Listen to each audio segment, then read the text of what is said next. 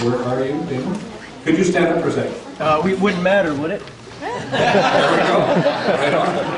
Thank you very much for your interest in Hope. The cinematographer, he was really one of the guys that was really close to Stallone on the set, one of the only guys. And he told me that he separated himself kind of because his character was distanced from the town and the community because they're after him. That was part of it, and the other part of it was he was writing day and night.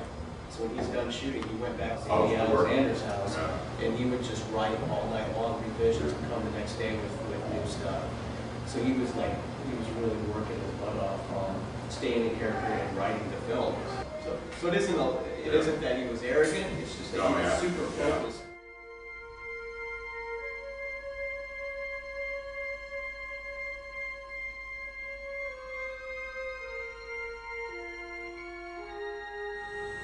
Nobody owes nobody nothing. You owe yourself.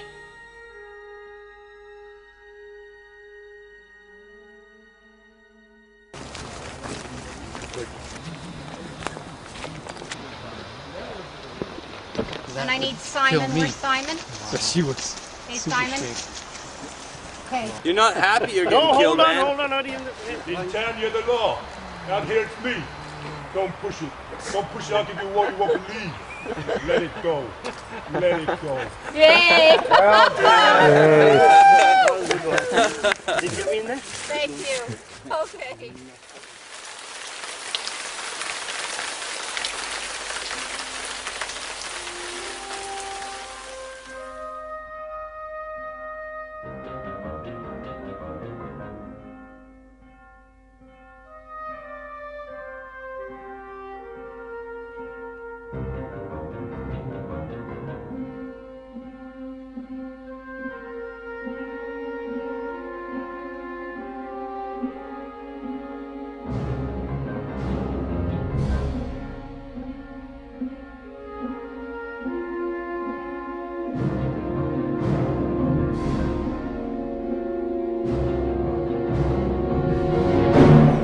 Brian Eddy was quite a fantastic man. He was a sheriff. He made it a point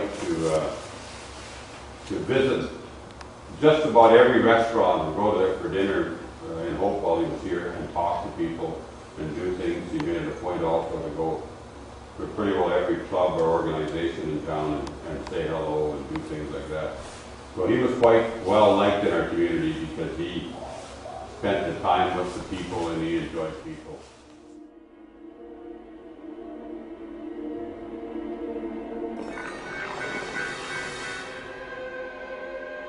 Now, how big a Rambo fan are you?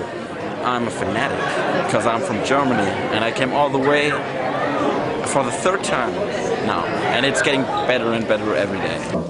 I didn't play any basketball, I just was there. Anyway, Wes was involved in the movie and did some security stuff. That's right. It's interesting because wherever I go now, there's three things when people find out where I come from.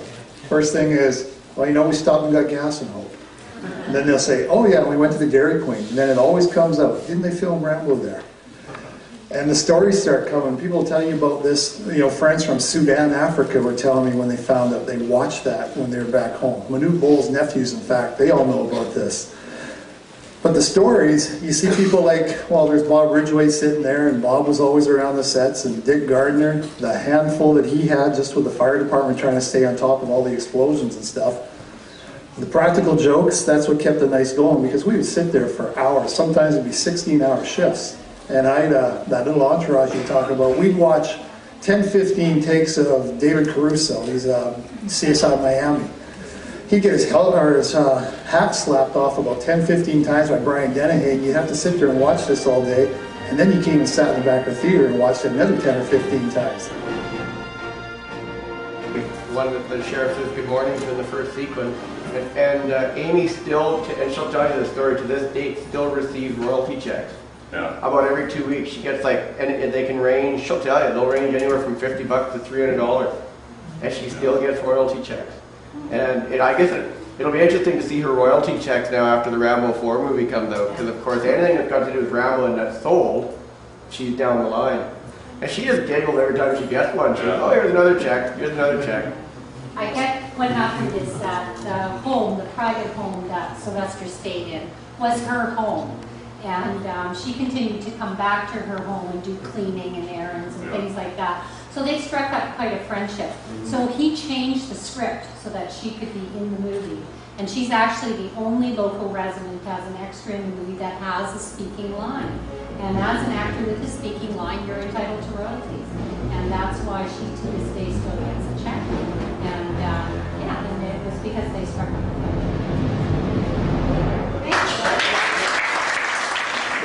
Mr. Westmore, the makeup man, he was talking. I looked at these guys, and Richard Crenna, and on the little picture there, it actually talks about sitting there at breakfast chum with Richard.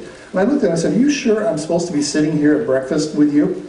They're paying me for this. He goes, yeah, that's your job, kid. Because I started out looking after equipment, but when he made reference to the guy that came into town, apparently it was some guy that was a ex-Vietnam vet. And we knew this guy was running around town, but no one could find him. So they stationed me on the door where Ted Kotcheff and Stallone, they were all talking about the adjustments to the script. And so I'm on this door, and all of a sudden there's some chaos, and I hear all this noise, and I come walking around the corner, and everyone's yelling at me, Wes, get over here, get over here.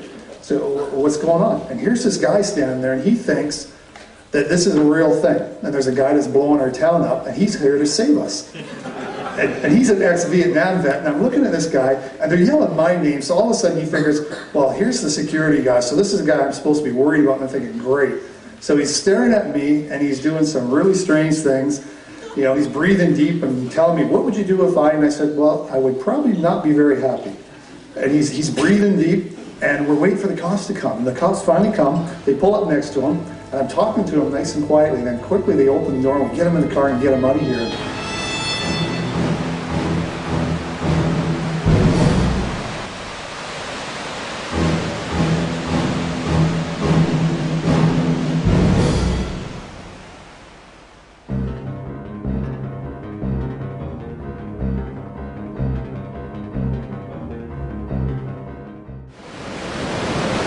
Hey Simon, up the creek. Yeah. Is the Kettle Valley Railway grade. So this is where the trains used to run. This railway line was built in 1912 to 1916 period. So a lot of Scandinavians actually worked on this line because it was at a time of the Oriental exclusion. So it was not like the building of the Canadian Pacific Railway, where they brought over huge crews of Chinese workers.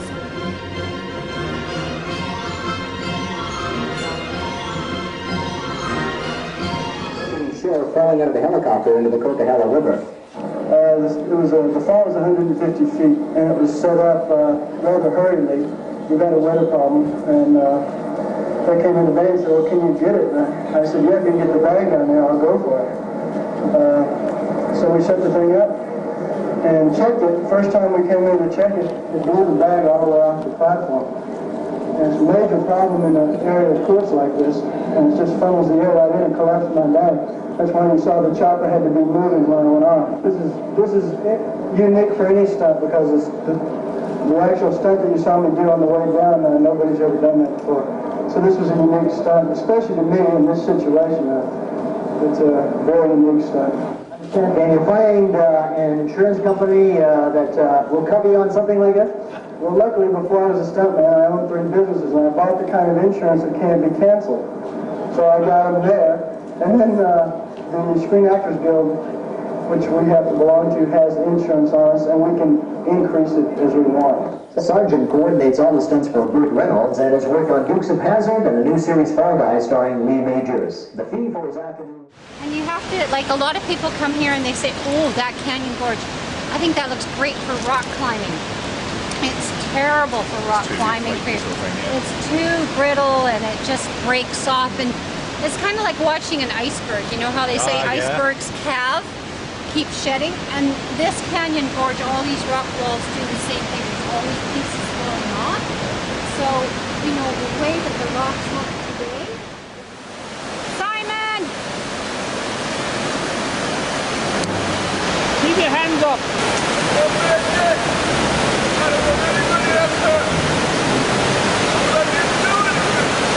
Keep your hands up. Hands up.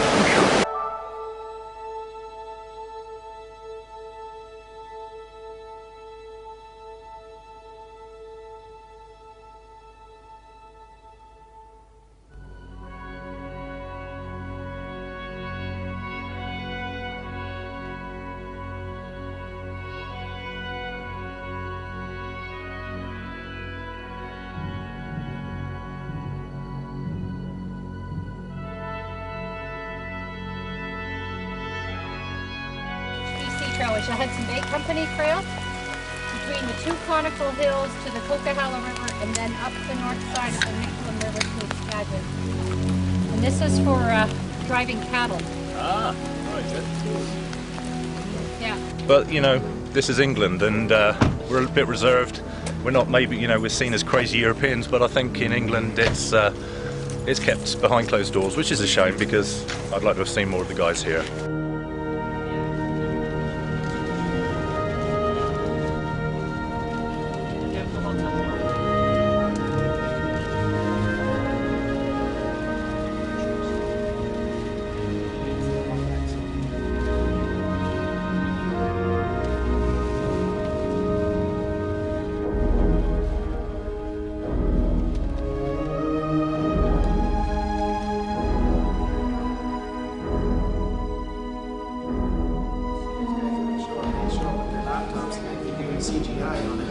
Yeah, you know, like... Yeah, let's CGI the bike.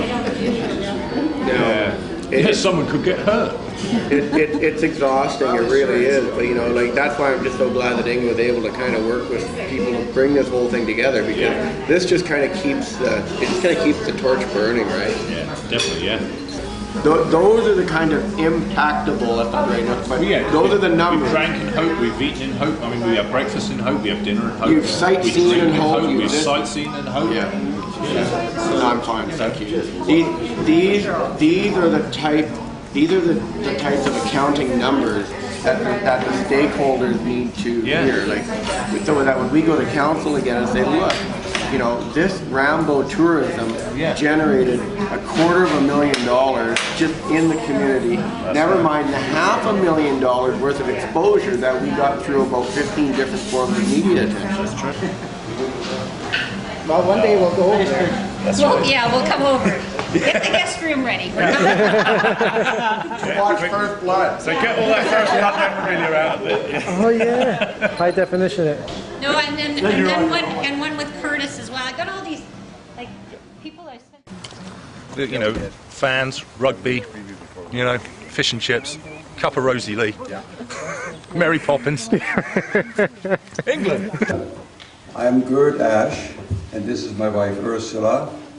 We have been physicians and surgeons and practiced out of the two-story building across from the Buy and Save store. And I just computed that the total number of years that we've practiced and we have been privileged to service this community totals a little over 100 years. And manager was very excited and sounded upset because Sylvester did get hurt during the filming by making a jump. And he was supposed to take a stunt person, but didn't take the person. And I was literally shocked because Sylvester looked, there was blood all over. At least I thought this was blood. And he was holding his chest. And I tried to be as kind as possible to him and put him on the examining table. And the manager said, "Don't worry about the blood. It's all makeup." So the blood was makeup, but the chest pain was real. And so he was sitting on the examining table. I went through the entire procedure, starting with temperature, blood pressure, pulse, listening to his lungs, and also checking his heart. And then at the very end, touching the areas where he said it was painful. And I came to my diagnosis pretty quickly, and I said to Sylvester, well, we ought to have a chest x-ray done and x-rays of ribs. And he agreed, and I wrote out the paper and phoned the hospital and made an appointment and asked them to call me as soon as the x-rays are done for me to go and check them. So then the call arrived about half an hour later, and I went to check the x-rays. Oh, I should mention I also gave him some pain medication before he left for the x-rays. And on checking the x-rays, I made the diagnosis and asked him if he would like to be treated at the hospital. No, I like to go back to the office. So we took him back to the office. By that time, Dr. Gert was back, and he took him over as patient then, and had the x-rays to look. Now the following day, when I came to the office, there was a little parcel for me there, and I said, "What is this?" "Oh, this was brought in by Sylvester Stallone." "Oh," I said, and I opened the package, and it was a record of a previous film that he had made, and he had written with his own hand, "Keep on punching, Sly." That's my report, ladies and gentlemen, and my encounter with Sylvester.